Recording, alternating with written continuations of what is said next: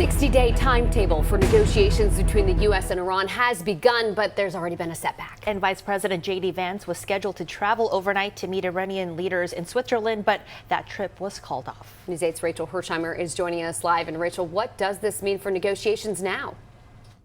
Caitlin and Regina, good morning to you both. The White House actually issued a statement noting these negotiations are far from simple and can be really unpredictable. Right now, it is unclear when the vice president will be meeting face-to-face with the Iranians. But it is important to point out here that some progress has been made since the president signed a couple of days ago this Memorandum of Understanding, or MOU. The vice president confirmed the U.S. naval blockade has lifted, and Iran has not fired on any ships transiting through the Strait of Hormuz for 2 straight days. He also told reporters nearly 13 million barrels of oil made it through Wednesday night and has helped drive down gas prices, which are now below $4 a gallon, according to AAA. Now, the MOU only guarantees free trade through the strait for the next 2 months, but the vice president, he was very clear what the White House is willing to accept.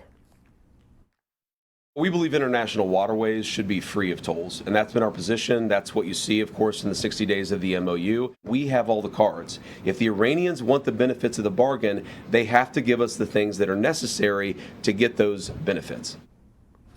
Now, making this deal even more challenging is the fighting between Israel and the Iranian-backed militant group Hezbollah in Lebanon. Now, just overnight, the Israeli military launched additional strikes even after the vice president issued a blunt warning. Caitlin? And Rachel, multiple outlets are reporting that the White House did send Congress that Memorandum of Understanding. So what do the lawmakers think about that agreement? Well, look, Caitlin, there are many Republican leaders on Capitol Hill who are now voicing their concerns about this deal, particularly this $300 billion development fund to rebuild Iran. We even heard from a Republican Senator Ted Cruz, who was calling this exceptionally bad idea. North Carolina Senator Tom Tillis also speaking out yesterday, saying that he is cautiously optimistic, even though the White House is calling this deal a win for the United States. Back to you. Thank you for following all of that for us this morning. Rachel Hersheimer reporting from our Washington bureau.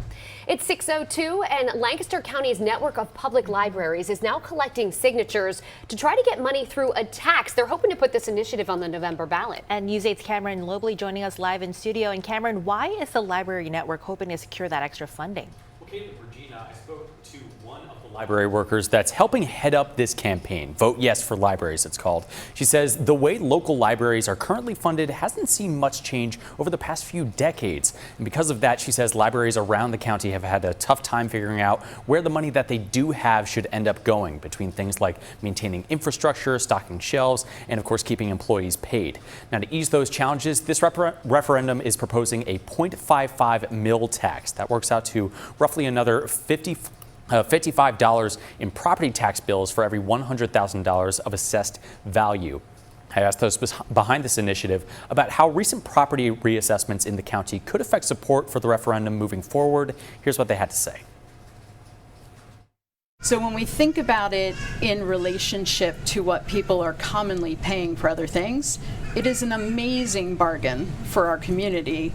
And everyone has access. So you don't have to be enrolled in an academic program.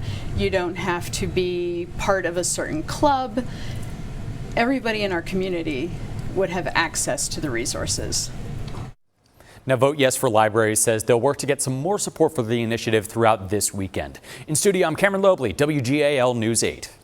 Cameron, thank you. Lancaster city leaders are raising a Juneteenth flag to kick off different events happening today in honor of the holiday. This video is from a previous flag raising. Today's ceremony is at 9 o'clock this morning at City Hall. The Thaddeus Stevens and Lydia Hamilton Smith Center is free today from 10 to 5 tonight. They're having a community story time and a panel about reimagining freedom. And tonight there will be a Juneteenth block party on Rockland Street between Locust Street and Howard Avenue. That's from 2 to 6 this afternoon. Let's tell you a little bit about Juneteenth, because people are celebrating this across the country. It marks the end of slavery in the United States. And to honor the holiday here in the Susquehanna Valley, young professionals of color in Harrisburg, they're holding an annual Juneteenth Jubilee. News 8's Gabrielle Thomas live in Harrisburg now with what's in store this year. Good morning, Gabrielle. Good morning, Regina and Kaylin. Well, Juneteenth isn't just about making history. It's about the African American community and many communities across the Susquehanna Valley coming together to celebrate and just highlight Black excellence here in the community. But you can also learn a lot about education if you plan to come to the Juneteenth Jubilee. Take a look behind me. These banners will be throughout South Riverfront Park today, highlighting Black pioneers. So you can learn a thing or two and also get some tasty food as well. Now I have Ashley Smith joining me this morning. She is the organizer for Juneteenth Jubilee. How did you guys come up with this idea? This is a scavenger hunt, right? To learn about history? It is a scavenger hunt. I found some flags and I said, let's hang them on the trees. And one of our great committee members decided let's do a scavenger hunt. And I thought it would be a great way for the community to learn. Why do you think it's so important to continue to share the importance of Black history with the Harrisburg community? I think you have to learn about your history in order to move forward, to move fast and continue just our greatness, right? But I think you absolutely need to learn about your history. Ashley, thank you. So as I said, if you would like to come out to the Juneteenth Jubilee, it will be here today at Riverfront starting at 2 o'clock. You can learn a thing or two. You can get some tasty food. You can even dance. We talked about Healthy Harrisburg as well. So all around, it's just a good time here in Harrisburg today. Reporting live here in Harrisburg, I'm Gabrielle Thomas, WGAL News 8. Gabrielle, she was dancing the last time we checked in with her, but I was. Yeah, I was. the education aspect obviously very important as well, though. And the scavenger hunt sounds like a lot of fun. Learning the history to pave the way for the future. I love that, Gabrielle. Thank you so much for that report.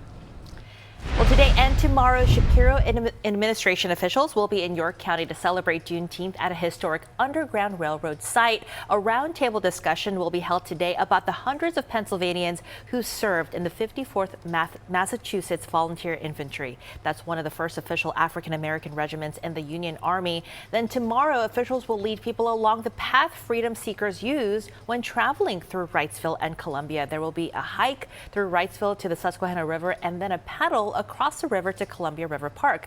Both events will begin at the Mifflin Farm on Cool Springs Road in Wrightsville. Chambersburg Borough in Franklin County also has 2 days of events planned for Juneteenth. Today and tomorrow, the borough is holding events at the Spring Street Amphitheater. There will be poetry readings, performances, games, dancing, and historical reenactments.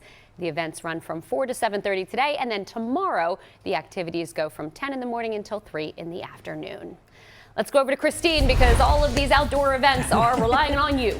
You got it. And we have more for you. How about the Newville Fountain Festival, which begins today and wraps up tomorrow?